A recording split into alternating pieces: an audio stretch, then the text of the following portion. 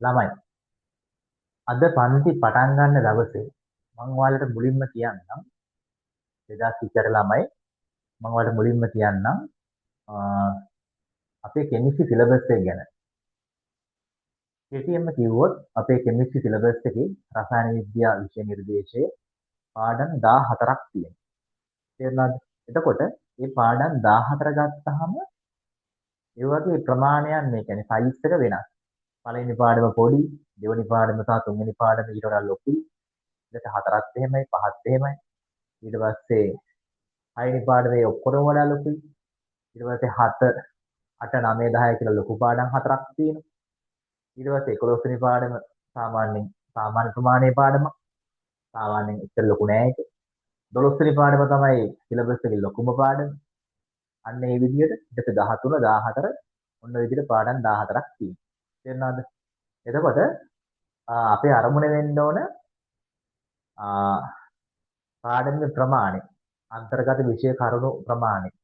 ඊට පස්සේ විභාගයට අපේ A level exam එකට UN කොච්චර අපිට එනවද කියලා අපේ අරමුණක් ඒ කියන්නේ අවබෝධයක් තියෙන්න ඕන. තේරුණාද? එතකොට ඒකට නම් අපි පේපර්ස් බලන්න ඕන. ඒ කියන්නේ විභාග ප්‍රශ්න පත්‍ර භාවිතා කරන්න ඕන. ඒවා නිතරම බලන්න ඕන. එතකොට පාස් පේපර්ස් ඒ කියන්නේ A level exam එකේ පසුගිය විභාග ප්‍රශ්න පත්‍ර ගත්තාම ඔයාලට දකින්න පුළුවන් ළමයි පේපර් එක අපේ කෙමිස්ට්‍රි පේපර් එක ප්‍රධාන කොටස් දෙකකට තමයි බෙදලා තියෙන්නේ. ඒ කියන්නේ ප්‍රශ්න පත්‍ර දෙකකින් එනවා. එක කොටස සහ දෙක කොටස වශයෙන්. එක කොටස ගත්තාම ඒකේ තියෙන්නේ බහුවර්ණ ප්‍රශ්න 50ක්. ඒ කියන්නේ MCQ පේපර් එක කියලා තමයි අපි ඒකට කියන්නේ. ඒතකොට මේ MCQ පේපර් එකේ ප්‍රශ්න 50ක් තියෙනවානේ. එකට එක ගානේ ලකුණු ඔක්කොම 50ක් හම්බ වෙනවා. පැහැදිලි නේද? එතකොට අපේ දෙවනි පේපර් එක ගත්තාම ඉතුරු 50 හම්බෙන්නේ ඒකට. ඒකේ ව්‍යුහගත රචනා ප්‍රශ්න සහ රචනා ප්‍රශ්න වශයෙන් ලොකු ප්‍රමාණයක් තියෙනවා. එහෙනම් පළවෙනි පේපර් එකෙන් ඒ කියන්නේ අපේ පළවෙනි ප්‍රශ්න පත්‍රයෙන් එක කොටසෙන් අපිට ලකුණු 50ක් ගන්න පුළුවන් වෙද්දී දෙක කොටසෙන් අපිට අනිත් ලකුණු 50 ගන්න පුළුවන්. පැහැදිලි නේද ළමයි? හරි. එතකොට මම ඔයාලට තව දෙයක් කියන්නම්. අපි දැන් මුලින්ම දැන් පාඩම් කරද්දී අපිට අපේ වැඩ පිළිවෙල මම පොඩ්ඩක් කියන්නම්. ඉස්ලාම ප්‍රධාන වශයෙන් අපි පාඩම කරන්නේ ළමයි ටියුට් එකේ. මම ඔයාලට ටියුට් එක දෙනවා. ඊට පස්සේ ටියුට් එකේට අමතරව තවත් සමහර කොටස් අපි පොතක ලියනවා. එහෙනම් පාඩම ටියුට් එකේ ප්‍රධාන වශයෙන් යන අතර පොතේ සමහර කොටස් යනවා. ඒතකොට එහෙනම් ඊයේ ලියන්න, ඒ කියන්නේ පාඩම් කොටස් ලියන්න එක පොතක් තියෙන්න ඕනේ. හරිද? ඊට පස්සේ තව පොතක් පාවිච්චි කරනවා අපි මුල ඉඳන්ම ළමයි පේපර්ස් කරනවා. පැහැදිලි නේද? අදාළ උගන්වන කොටස් වලින් දවස් පතා නැත්නම් දවස් දෙකකට වරක් පේපර්ස් කරනවා. ඒ ප්‍රමාණය අනුව. එතකොට මේ පේපර්ස් වල උත්තර ලියන්න තව පොතක් තියෙන්න ඕනේ. පැහැදිලි නේද? දැනට එහෙම පොත් දෙකක් තිබ්බහම ඇති. ඉස්සරහට තව පාස් පේපර්ස් කරනවා. ලොකු වැඩ ප්‍රමාණයක් අපි කරනවා. පැහැදිලි නේද? හරි. එතකොට මුලින්ම ළමයි අපේ තියෙන පාඩම තමයි එන අපේ පළවෙනි ඒකකය තමයි පරමාණුක ව්‍යුහය. අපේ පළවෙනි පාඩම මොකද්ද? පරමාණුක ව්‍යුහය. ඔයාලට මම ටියුට් එක දැන් තාම හම්බුන්නේ නැහනේ. එතකොට දෙනකන් ඔයාලා චුට්ටක් මේක අහගන්න. ඒ කියන්නේ මේ ටියුට් එකේ මේක තියෙනවා. ඊට පස්සේ පොතේ සමහර අපි ප්‍රශ්න කියන්නේ අපි පාඩම කරන අතරෙම අපි උදාහරණ ප්‍රශ්නත් පොතේ කරනවා. පැහැදිලි නේද මම කිව්වේ? ඒ කියන්නේ උදාහරණ ප්‍රශ්නත් අපි ඒත් එක්කම කරනවා.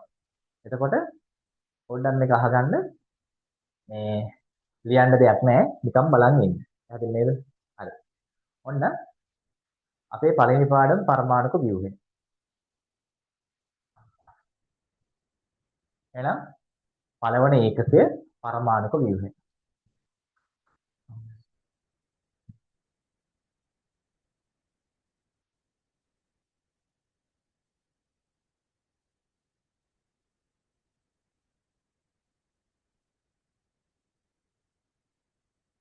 හරි. ළමයි මෙන්න මේ අපේ පළවෙනි ඒකකේ. ඒ කියන්නේ පරමාණුක ව්‍යුහය. යටතේ අපි ඉගෙන ගන්නවා ළමයි පරමාණු හැදිලා තියෙන විදිය ගැන. කියන්නේ පරමාණුවක් ඇතුලේ මොනවද තියෙන්නේ? දැන් ඩෝල්ටන් කියවනේ පරමාණුව තමයි පොඩිම පදාර්ථය හැදිලා තියෙන පොඩිම අංශුව තමයි පරමාණුව කියලා ජෝන් ඩෝල්ටන් කිව්වා. ඊට පස්සේ පරමාණු වාදයක් ඉදිරිපත් කරානේ. ඊට පස්සේ ජෝන් ඩෝල්ටන්ගේ පරමාණු වාදය ඔයාලා 9 වසරේදී දන්න ඇති බිඳ වැටුණා සම්පූර්ණයෙන්ම. ඒ කියන්නේ ඒක දැන් පිළිගන්නේ නැහැ. ඒ කරුණු ඔක්කොම ප්‍රතික්ෂේප වෙලා ඉවරයි. ඒ කියන්නේ ඩෝල්ටන් කිව්වනේ පරමාණුව පොඩිම එක කියලා. හැබැයි දැන් හොයාගෙන තියෙනවනේ ළමයි. දැන් හොයන් තියෙනවා පරමාණුවටත් වඩා පොඩි අංශු පරමාණු ඇතුලේ තියෙනවා කියලා. හරි. එතකොට අපි මේ පරමාණුවක් ඇතුලේ තියෙන අංශු මොනවද? පරමාණුවත් හැදිලා තියෙන්නේ කොහොමද කියන එක මෙන්න මේ පාඩමේදී අපි ඉගෙන ගන්න. පැහැදිලිද? හරි. ඒත් එක්කම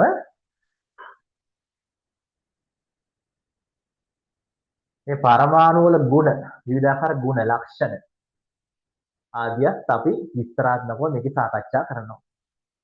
ළමයි වල මතක තියාගන්න දැන් මේ A level වලදී අපිට දැන් මෙහෙම පාඩමක් ගත්තාම ඒක ලොකු ප්‍රධාන අනුමාත්‍රිකා කීපයක් යටතේ වර්ග කරනවා. තේරෙනවද? එතකොට ඒ යටතේ තව පොඩි පොඩි අනුමාත්‍රිකා තියෙනවා. මම ඔයාලට සරලවම වැඩේ කියලා දෙන්නම්. මුලින්ම ළමයි මම ඔයාලගෙන් පොඩ්ඩක් O level වලට සිද්ධව පොඩ්ඩක් අහන්නම්. ටිකක් මතක් කරගමු. එතනින් තමයි අපිට පටන් ගන්න තියෙන්නේ. ඔයාලට මතක ඇති ළමයි පරමාණුව ගැන. පරමාණුව ගත්තාම පරමාණුව කොයි විදිහද කියලා එක එක විද්‍යාඥයෝ එක එක දේවල් කිව්වා. ඔයාලට ඒක මතක ඇති. එතකොට අපි යන්නේ එතනින් තමයි අපිට පටන් ගන්න තියෙන්නේ මේ අපේ මේ පාඩම. ළමයි පරමාණුව. පරමාණුව කියන්නේ තේරුම මොකද්ද? පරම අණුව. ඒ කියන්නේ අන්තිම අංශුව. කිසියම් පදාර්ථයක් සෑදී ඇති කුඩාම අංශුව තමයි පරමාණු කියන්නේ. කියලා ජෝන් ඩෝල්ටන් කිව්වා. එතකොට ඒක කාලයක් තිස්සේ පිළිගත්තා. හැබැයි ඊටත් වඩා කුඩා අපි දැනටත් කියන්නේ පරමාණු කියද්දි කුඩාම අංශුව කියලා. ඒවට ඒක ඇතුළෙත් තා කුඩා අංශු තියෙනවා කියලා හොයාගත්තා. ඔයාලට මතක ඇති පරමාණුවක් ඇතුළෙත් පොඩි අංශු තියෙනවා. නේ? ඒවට ඒවගේ නම් ටිකක් මතක ඇති. අපි මතක් කරලා බලමු. ඔන්න පළවෙනි අංශුව අපිට පුළුවන් ඉලෙක්ට්‍රෝනය කියලා කියන්න. ඉලෙක්ට්‍රෝනය. ඊට පස්සේ ළමයි තව අංශුවක් තිබ්බා මොකද්ද? ප්‍රෝටෝනේ.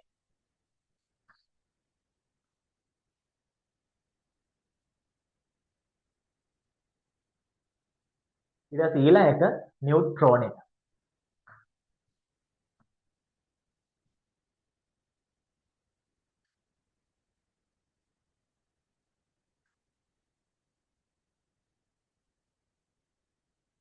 ළමයි මෙවුවා පරමාණුවක් ඇතුලේ තියෙන පරමාණුවටත් වඩා පොඩි අංශු. මේවට කියනවා උපපරමාණුක අංශු කියලා. එහෙනම් මේ තුනම උපපරමාණුක අංශු. පැහැදිලි නේද? උපපරමාණුක අංශු.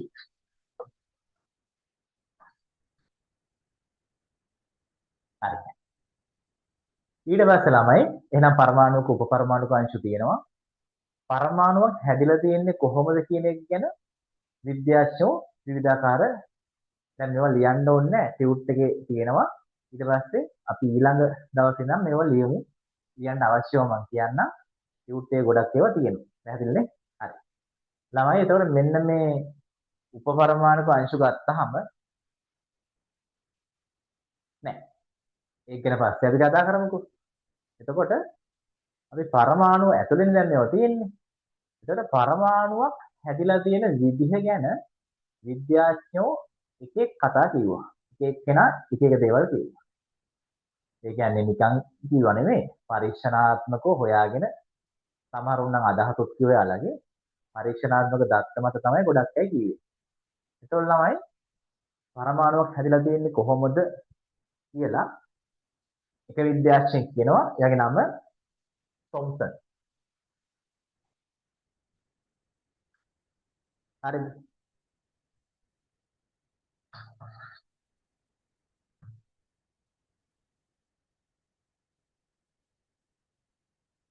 තොම්සන් කියන විද්‍යාඥයා පරමාණු හැදිච්ච විදිය ගැන මුලින්ම කියනවා. ඊට කලින් සමහර අය කියලා තියෙනවා. අපි මේ ප්‍රධාන විද්‍යාඥයෝ කීප දෙනෙක් ගැන විතරයි අපි කතා කරන්නේ. හරිද? එතකොට තොම්සන් කියනවා ළමයි පරමාණුව හැදිලා තියෙන්නේ. පරමාණුව කියන්නේ මෙහෙම ඝන ගෝලයක්. මෙහෙම නිකන් ඝන ගෝලයක්. දැන් මේන රවුමක් වගේනේ පේන්නේ. රවුමක් නෙමෙයි මේක ගෝලයක්. ඒතර මේකේ තනින් තන මෙම ධනාරෝපණ විසිරලා තියෙනවා. ඒ අතරේ ඍණාරෝපිත ඉලෙක්ට්‍රෝන කොහොම පැතිරලා තියෙනවා. එහෙනම් පරමාණු කියන්නේ ඝන ගෝලයක්ලු. ඒකේ හැමතැනම, ඒ කියන්නේ පිටතයි ඇතුළතයි හැමතැනම ධනාරෝපිත, මේ කියන්නේ ධනාරෝපණ සහ ඍණාරෝපණ විසිරලා තියෙනවා කියලා කියනවා. ඔය ධනාරෝපණ කියන්නේ නිකන් න්‍යෂ්ටි. න්‍යෂ්ටි වගේ කියලා තමයි හැඳින්වෙන්නේ. එතකොට මේ ඍණාරෝපණ කියන්නේ ඉලෙක්ට්‍රෝන වලට. මේවා කොහොමද චලනය වෙන කතාවක්වත් මොකුත් එයා කිව්වේ නැහැ. එතකොට මේ පරමාණු ගැන මේ විද්‍යාඥයෝ දක්වපු මේ අදහස් වලට අපි මොකද්ද කියන්නේ? ඒ කියන්නේ එක විද්‍යාඥයෙක් කියනවා පරමාණු මෙන්න මේ විදිහයි. තව කෙනෙක් කියනවා මේ පරමාණු මෙන්න මේ විදිහයි. අන්න ඒ විදිහට පරමාණු ගැන විද්‍යාඥයෝ මේ දක්වන අදහස් වලට අපි කියනවා පරමාණුක ආකෘති කියලා. පරමාණුව හැදිලා තියෙන්නේ මෙන්න මේ විදිහට කියලා පරමාණු පිළිබඳව විවිධාකාර විද්‍යාඥයන් දක්වපු අදහස්. පරමාණු හැදිලා තියෙන විදිහ ගැන දක්වපු අදහස් කියනවා පරමාණුක ආකෘති කියලා. අපි ඉගෙන ගන්න මුල්ම පරමාණුක ආකෘතිය තමයි තොම්සන්ගේ ආකෘතිය. පැහැදිලිද? එතකොට මෙන්න මේ තොම්සන්ගේ ආකෘතිය කියලා අපි කියන්නේ මෙන්න මේකට. මොකක්ද මේ ආකෘතිය විස්තර කරන්නේ කොහොමද? පරමාණු ඝන ගෝලයකින් එහි තැනින් තැන ධනාරෝපණ පැතිරලා තියෙනවා. ඒ අතරින් ඍණ ආරෝපිත ඉලෙක්ට්‍රෝන පැතිරලා තියෙනවා. නැත්නම් විසිරලා තියෙනවා. කොහොම කිව්වත් ඒකයි. ඔය අදහස තමයි. ඊට මේක කාලයක් යද්දි මේක බොරු කියලා ඔප්පු වුණා. ඊට පස්සේ පරමාණුව ගැන තව අදහසක් ඉදිරිපත් කළා. දැන් මේකට මොකක්ද කිව්වේ? මේකට මේ අදහසට මොකක් කියලාද කිව්වේ? මේක තොම්සන්ගේනේ. මේක තොම්සන්ගේ පරමාණුක ආකෘතිය. මේකට තව නමකුත් කියනවා ළමයි. ඔයාලට මතකත් ඇති.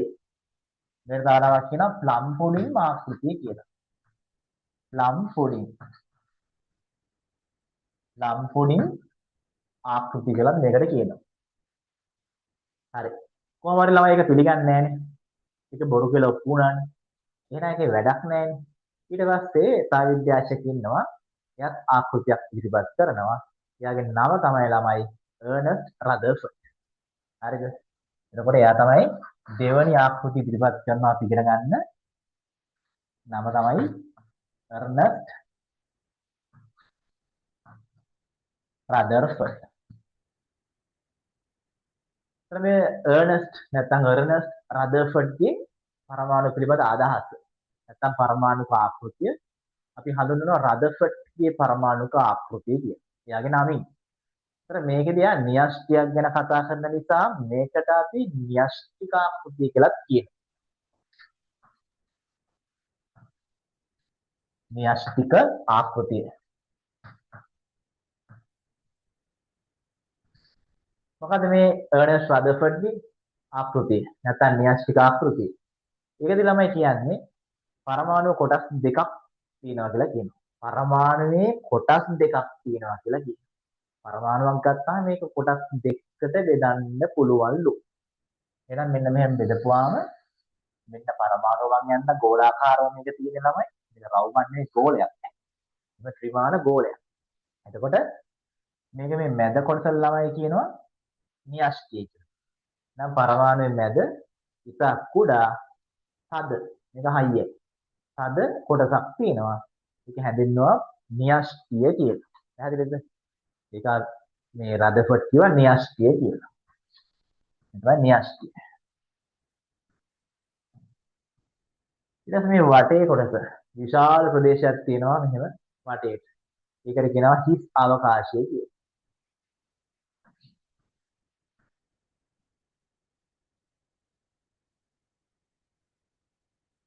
මෙන්න මේකේ මෙන්න මේ හිස් අවකාශයේ තනින් තන ළමයි තියනවා කිව්වා ඉලෙක්ට්‍රෝන.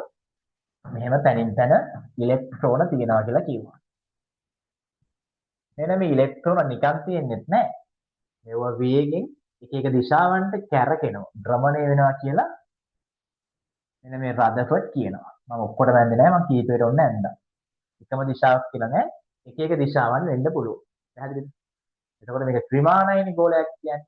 එතකොට මේ පෙන්නන දිශාවන් විතරක් නෙමෙයි වෙන ඕනම දිශාවකට කැරකෙන්න පුළුවන්. එතකොට ඔන්න ඉලෙක්ට්‍රෝනය ඉලෙක්ට්‍රෝන විවිධ දිශාවන්ට භ්‍රමණය වෙනවා කියලා කවුද කියන්නේ මේ රදර්ෆර්ඩ් කිව්වේ. ඒත් එක මේ න්‍යෂ්ටිය ඇතුලේ මෙන්න මේ න්‍යෂ්ටිය ඇතුලේ හරිද? න්‍යෂ්ටිය ඇතුලේ පසු හොයාගන්න මොකද්ද? තවත් උපපරමාණුක අංශු වර්ගත් දෙකක් තියෙනවා කියන්නේ. ඒ තමයි ප්‍රෝටෝන සහ නියුට්‍රෝන. හරි. එහෙනම් අපි රදර්ෆර්ඩ්ගේ ආකෘතිය කියද්දී සරලව කොහොමද අපි කියන්නේ? පරමාණු කොටස් දෙකකින් යුක්තයි. මැද තියෙන්නේ ඉතා කුඩා න්‍යෂ්ටිය. ඒක තදයි. එහෙනම් පරමාණුවේ ස්කන්ධය, පරමාණුවේ බර කොටස, තද කොටස තමයි මෙන්න මේ මැද තියෙන න්‍යෂ්ටිය. දැන් ඒ වටේ තියෙන විශාල හිස් අවකාශයක්. එතකොට මේ හිස් අවකාශයෙන් තනින් තන ඉලෙක්ට්‍රෝන තියෙනවා. අන්න ඒ ඉලෙක්ට්‍රෝන වේගෙන් කැරකෙනවා කියලා කියනවා. හරි. ඊට පස්සේ ඔය ආකෘතිය කියන කරුණු සාදුරට වැඩි දියුණු කළා. තවත් කරුණු එක් කරලා නීල්ස් බෝර් කියන විද්‍යාඥයා පරමාණු පිළිබඳව තවත් අදහසක් ඉදිරිපත් කරනවා. එතකොට මේ විද්‍යාඥයා නම තමයි නීල්ස් බෝර්. Niels bore. එතකොට නීල්ස් බෝර් ඉදිරිපත් කරපු පරමාණු පිළිබඳේ අදහසට කියනවා බෝර් ආකෘතිය කියලා.